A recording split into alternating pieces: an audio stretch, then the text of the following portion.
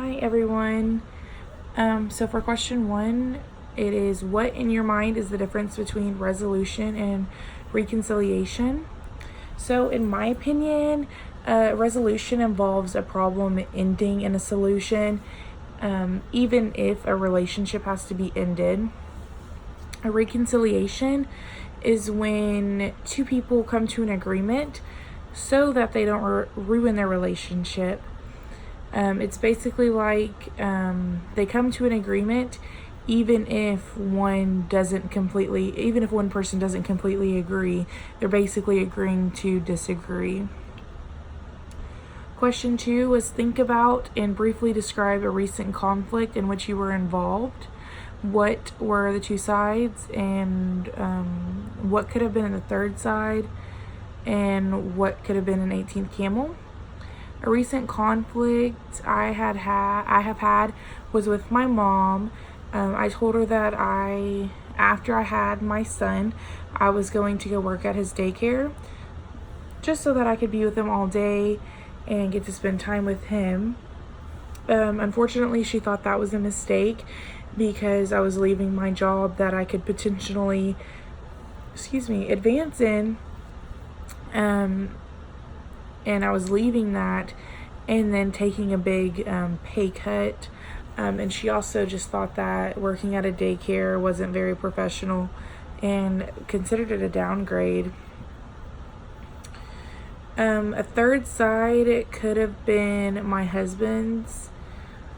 He could have just, put his opinion in and, kind of let us come to an agreement to see everyone's side.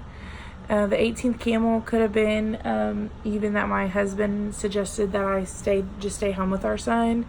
This way he wouldn't be taking my side and wouldn't be taking my mom's side. He basically came up with a decision for us both. So thinking about my conflict, I could have gone to the balcony in this situation by explaining to my mom just all of the reasonings of my decision instead of just that I wanted to stay home with my son. And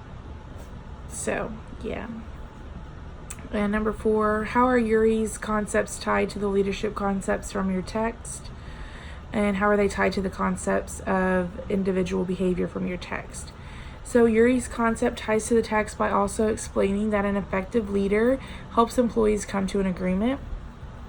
I believe to be an effective leader, you have to ensure the work is getting done, and that to do that, to be productive, your employees have to be in agreement, or else they'll just spend time constantly bickering and fighting on who's right. And then Yuri's concepts of individual behavior are tied to the text by explaining that being a supervisor isn't for everyone. A supervisor must be able to communicate, but must also be willing to listen to their employees' problems to find a solution. Thank you.